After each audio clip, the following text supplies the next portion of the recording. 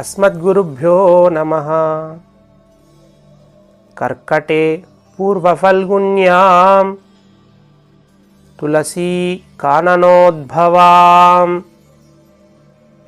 పాండ్యే విశ్వంభరాం గోదాం వందే శ్రీరంగనాయకీ.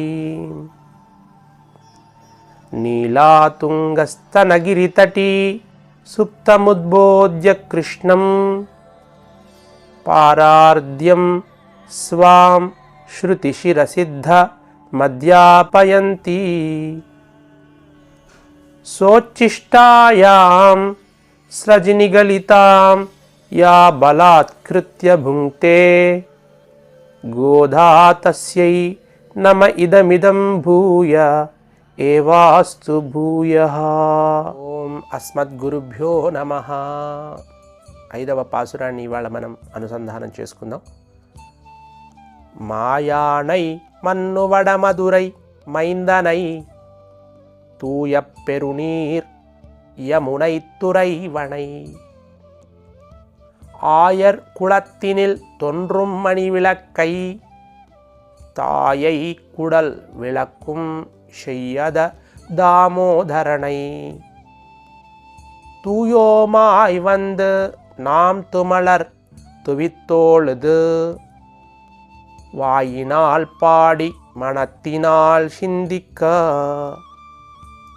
போய பிள்ளையும் புகுத்தருவ நின்றனவு తీనీల్ తూషాగం చెప్పెలోరెంబావాయ్.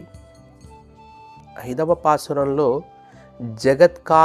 జగత్కారుణుడైనటువంటి భగవంతుని మన మనస్సులో ఉంచుకొని మనం ఏ పని ఆచరణ చేయనీగాక అది భగవంతునికి అర్పించి చేస్తే ఇక ఆ పనిలోని దోషము నీకు అంటకుండా ఉండడమే కాదు, పనిలో తప్పక విజయప్రాప్తి అనేది నీకు వస్తుంది అని ధర్మం చెబుతోంది.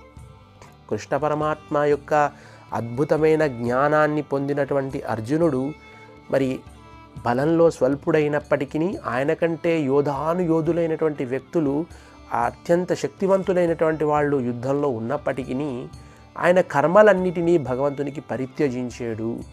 ఆ కర్మ పరిత్యాజము వల్ల భగవంతునికి అర్పించి చేశాడు కాబట్టి ప్రతి కర్మలో తనకు విజయం ప్రాప్తించింది. అపజయంలోనూ తాను విజయుడయ్యాడు, అజేయుడిగా మారిపోయాడు. కాబట్టి మనం కూడా మన సంకల్పంతో భగవంతుని లోపలికి తీసుకుంటే కనుక ఇక మనకు అపజయం అనేది లేదు.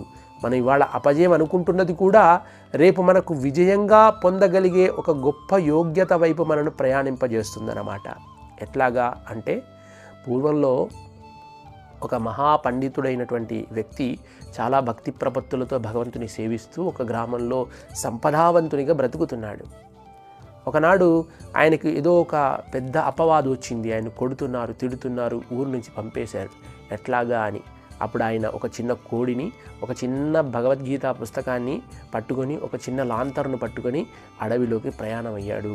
మరి గ్రామం పూర్తయిపోయిన తర్వాత అడవి ప్రారంభమవుతున్న కాలంలో చిన్న గుడిసె వేసుకొని అందులో ఈ కోడిని, ఎందుకంటే ఉదయాన్నే తనకు కాలజ్ఞాని కదా, అది సరైన సమయానికి లేస్తుందని చెప్పి దాన్ని అట్లా పట్టుకొచ్చుకున్నాడు. ఉదయమే తెల్లవారుగానే లేవాలి అని.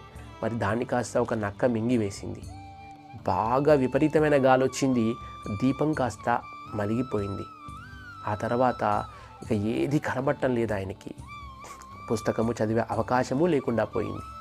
కానీ ఉదయము లేవగానే ఆర్తనాదాలు వినబడుతున్నాయి ఊరు నుంచి. ఊర్లోకి వెళ్ళి చూస్తే కొన్ని వేల మంది శవాలుగా చచ్చి పడిపోయి ఉన్నారు. బందుపోట్లంతా కూడా వచ్చి వారిని సంహరించి వెళ్ళిపోయారు. కానీ అప్పుడు అనుకున్నాడు, భగవంతుడా, ఇందుకా నాకు ఈ కష్టాన్ని కలగజేశావు అని. కాబట్టి భగవంతుడు ఇచ్చే కష్టం ఎట్లాంటిదంటే ఇవాళ నీకు దుఃఖాన్ని కలగజేస్తుంది కావచ్చు, కానీ నీ జీవితానికి పరమోన్నతమైన యోగ్యత ఏదో దాన్ని పొందడానికి అర్హతనిచ్చే విధంగా ఆయన కష్టం ఉంటుంది. కాబట్టి నీ మనసులో ఆయన నింపుకోవడమే కాదు, ప్రతి కర్మను ఆయనకు అర్పించి నీవు ఆచరణ చేసినట్టయితే కనుక తప్పక పరమ ఉన్నతమైన ఫలితాన్ని, నీ జీవితాన్ని సాఫల్యం చేసుకునే ఫలితాన్ని నీవు పొందుతావు అంటోంది ఈ దివ్యమైన పాసురం ద్వారా అమ్మవారు. జై శ్రీమన్నారాయణ.